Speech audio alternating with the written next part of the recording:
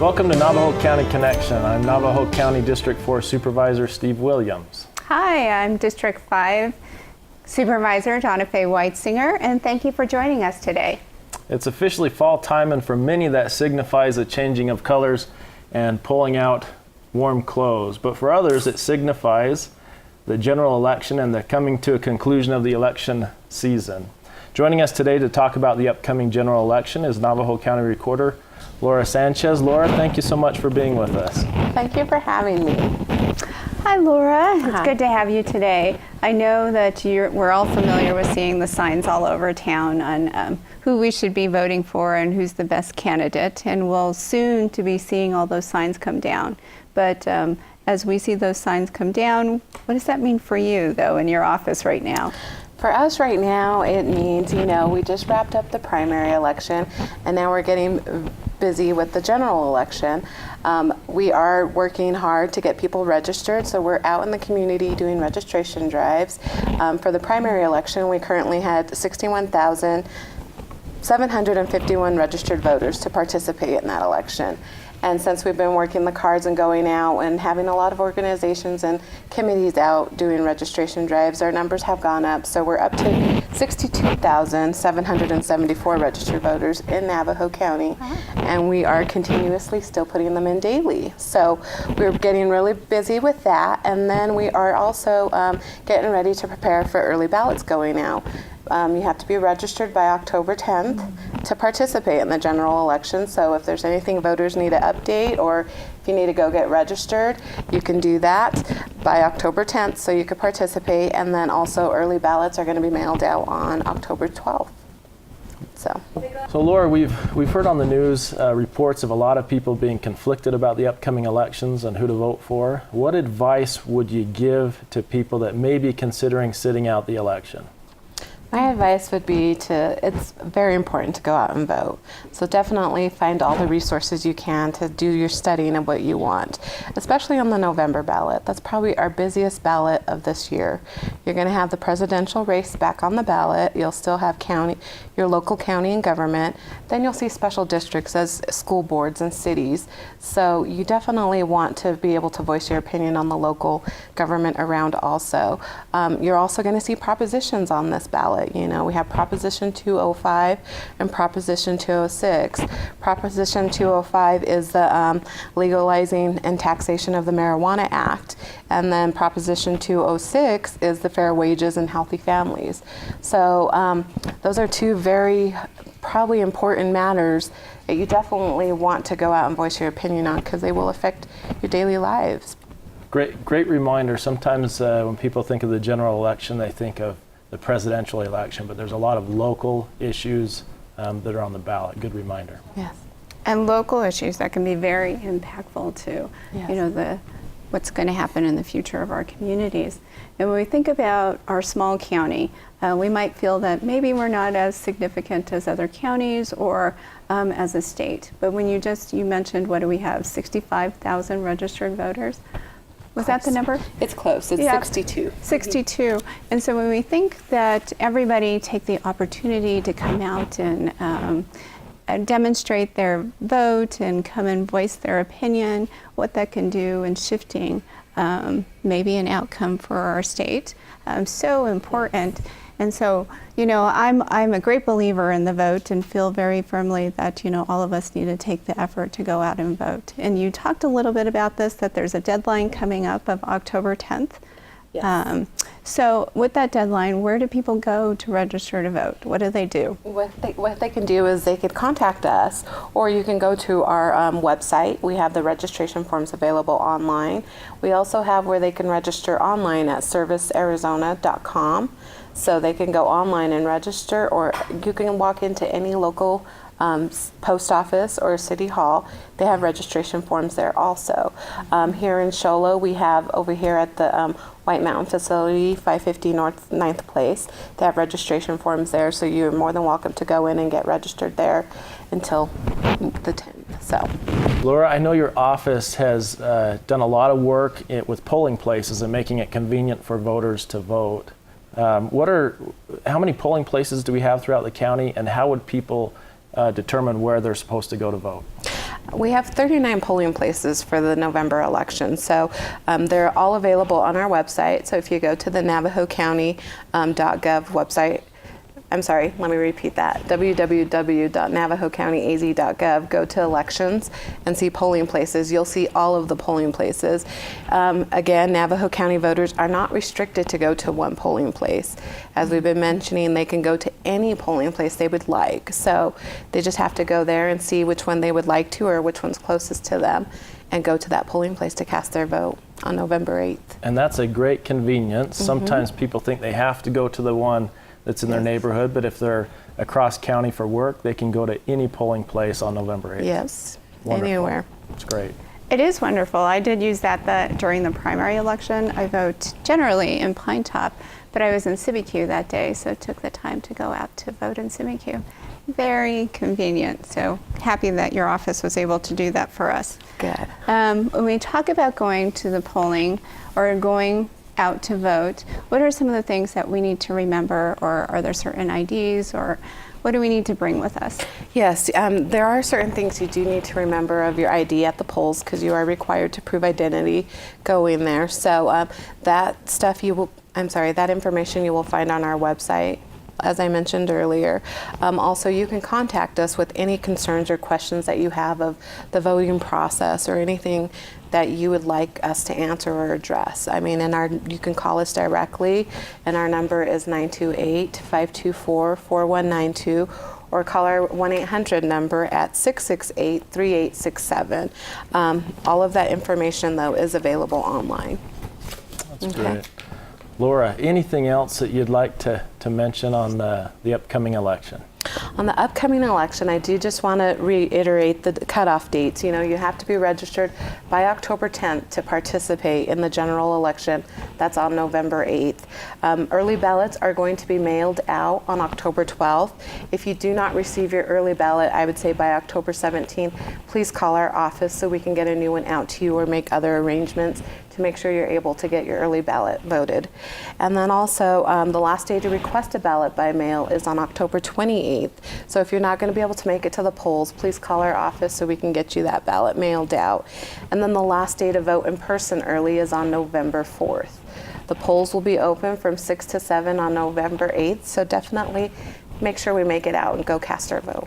Many opportunities for people to cast their vote. Yes. I did just want to share that information is going to be mailed out to the voters. They will be receiving the general publicity pamphlet, which will give them information in regards to the propositions. If you do not receive that, you could call our office and we can mail you out one. And then also sample ballots are going to be mailed out to voters, and that just goes out to the household. So you can view your ballot there. However, if you need more or you want to see it sooner, those will be available on our website also. So sample ballots are there. And just another thing to bring up to the voters, also if you vote your sample ballot online, you can actually get a QR barcode from our website. You do have to take it into the polling place to cast your ballot, though. So just another way to make it fast and easy and convenient for the voters, and that way they could see and prepare for what they want to vote for on Election Day. So that is also available on our website, and let me give you that information again, which is the NavajoCountyAZ.gov. Go to elections, and sample ballots are on there. Great. Thank you. Thank you. Laura, thanks so much for joining us today. We're going to look forward to seeing how November 8th turns out with the election. Now, when we come back, we'll be speaking with members of the Navajo County Emergency Management and Preparedness Team on how emergencies change with the season.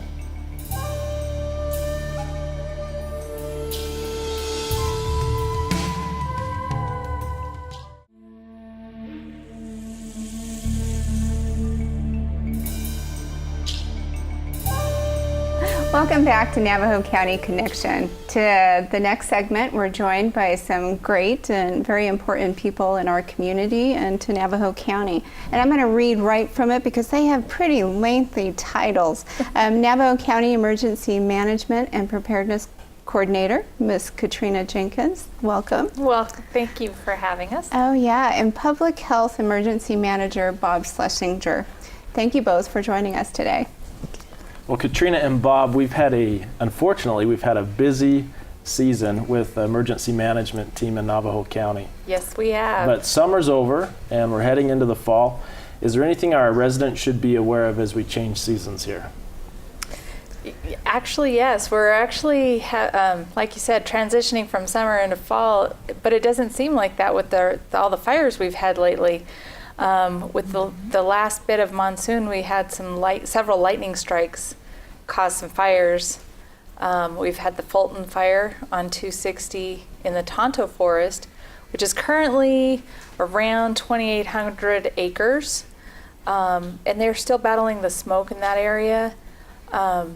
Just a quick reminder, drivers going on eastbound 260 need to make sure and slow down. There's going to be smoke in that area for quite a while, and responders are working that fire in the area, so we don't want any accidents. Good news is there's been no evacuations or communities affected. That is good news, isn't it? That is great news. So, That is great news. Bob, what about you? Anything you'd add as we... Well, speaking of the fire, the Fulton fire is producing smoke over the Heber Overguard area and the 260.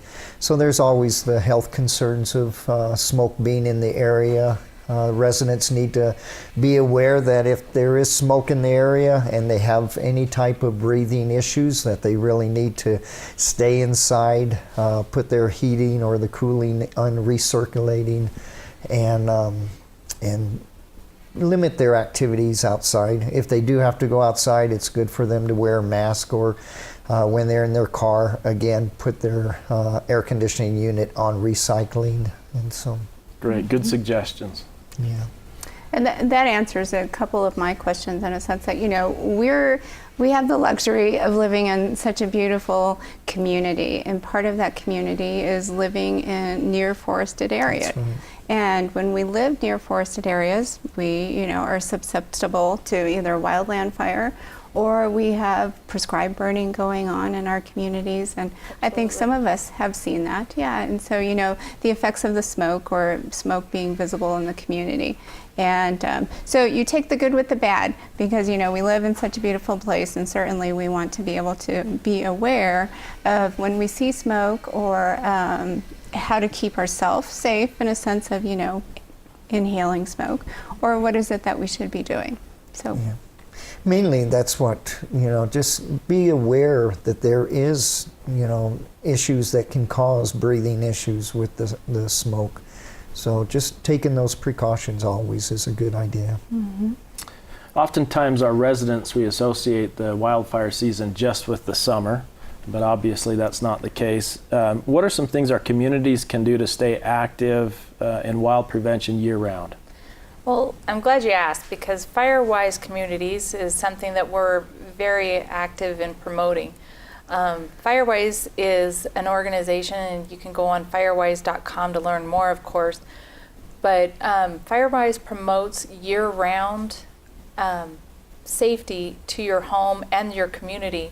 And being that we are in a wildland-urban interface, or what we call a WUI, we do need to be vigilant all year round. Create a defensible space around your home.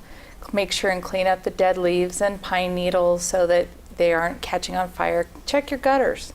Just some simple things that you can do either in the spring or in the fall to make sure your home is protected.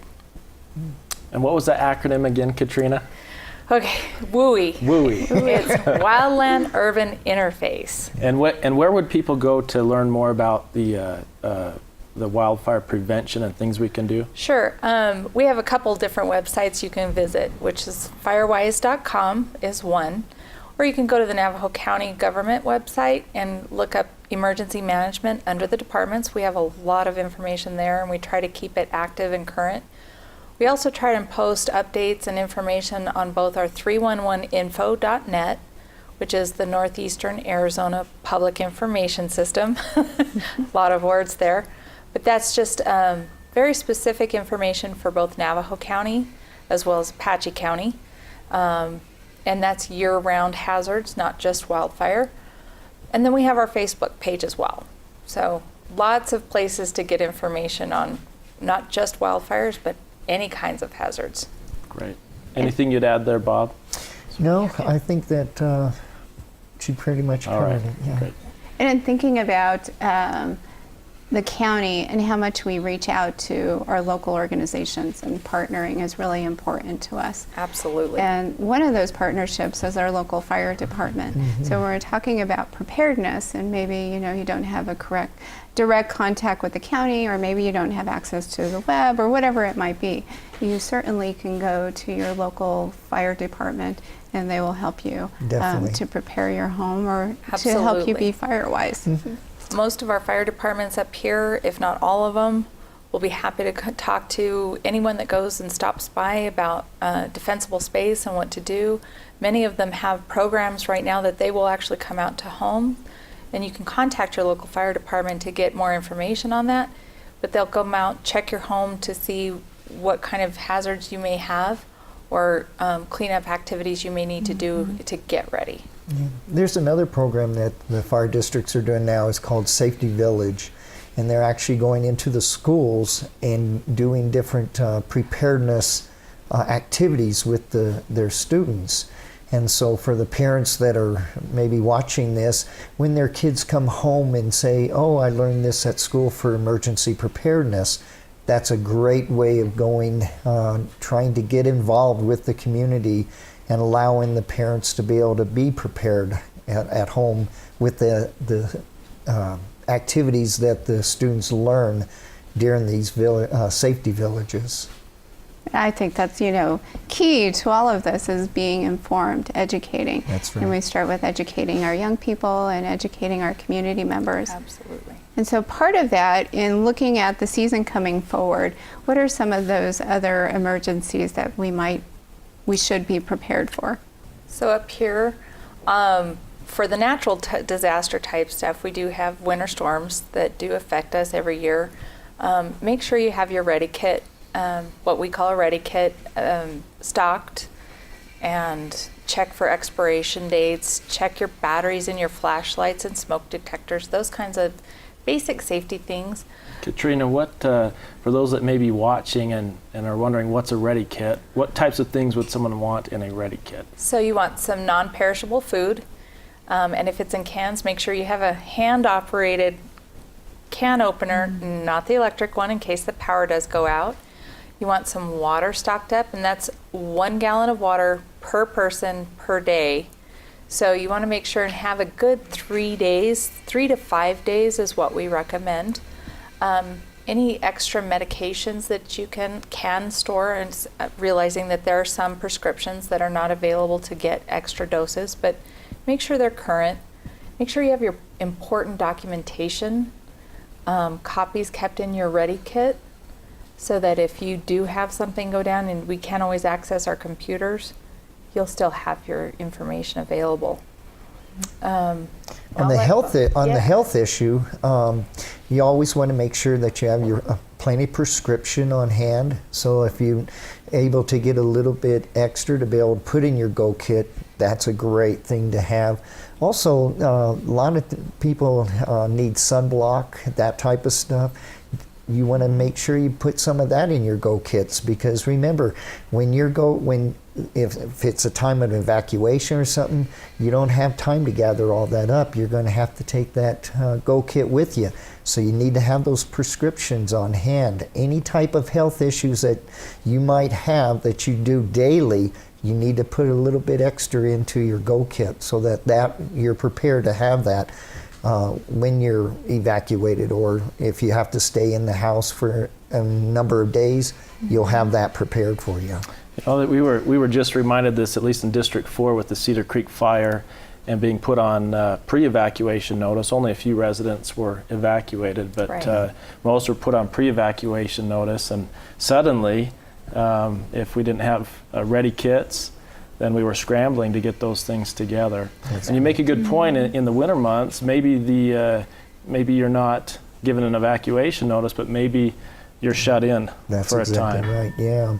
And in the winter months, again, you need to prepare for extra clothing, extra layers to wear, maybe a coat or something.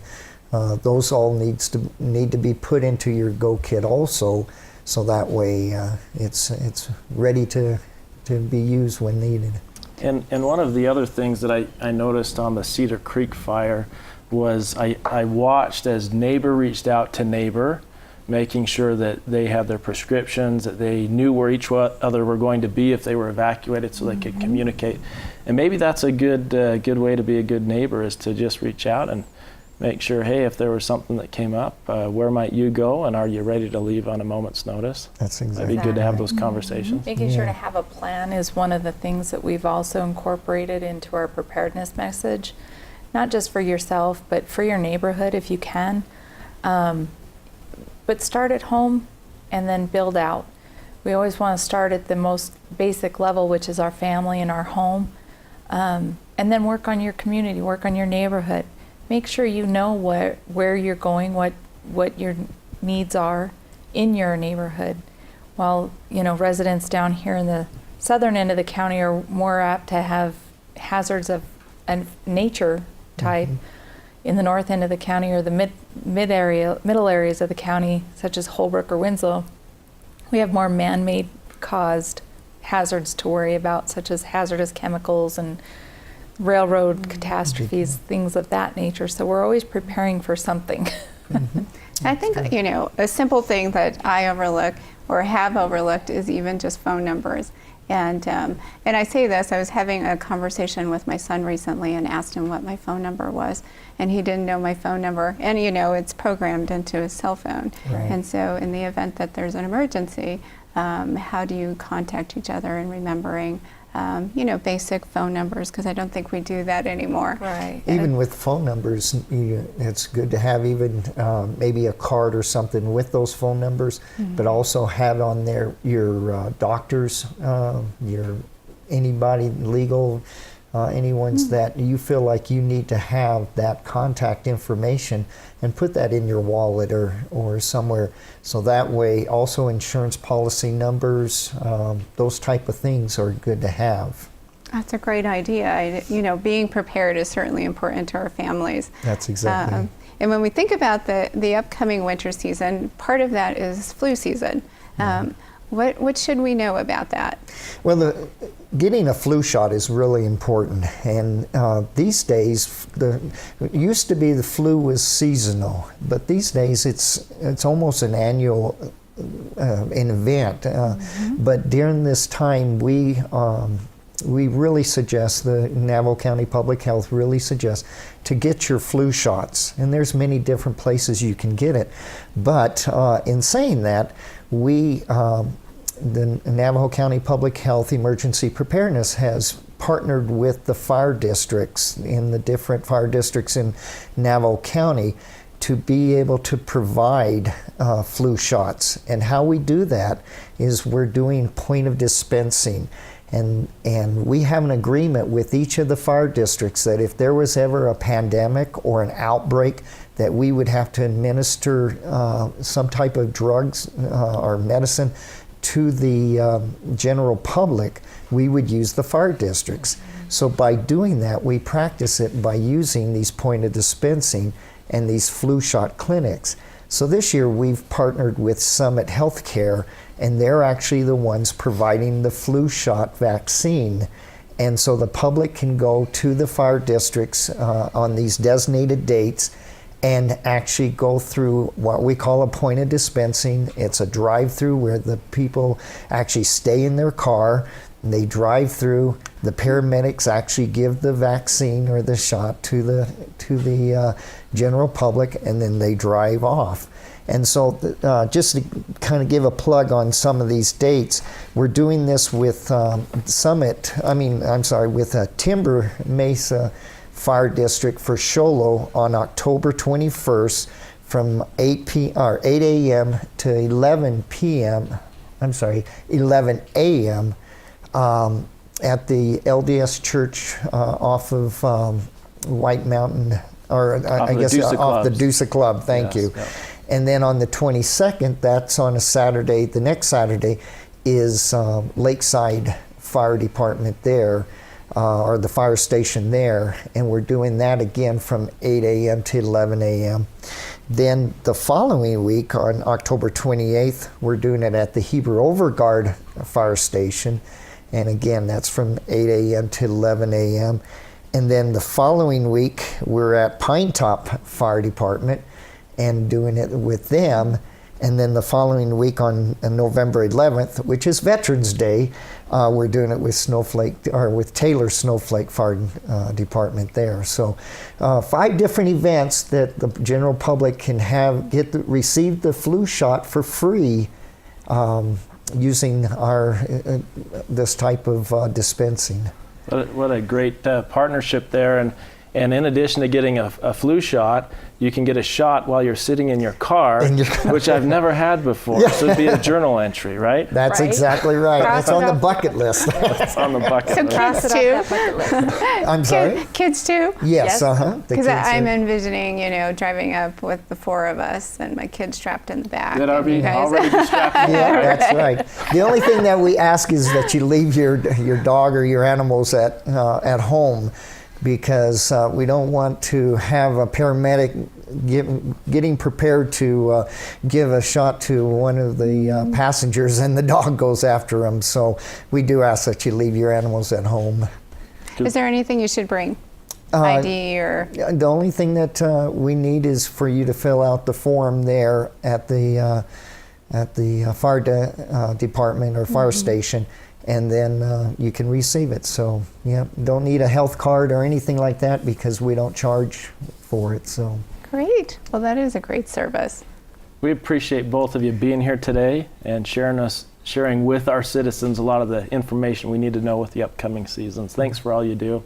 And thank you to each of us for joining us here on Navajo County Connection. Once again, I'm Supervisor Steve Williams from District 4. And I'm Supervisor Whitesinger from District 5. And we'll see you next time. See you later.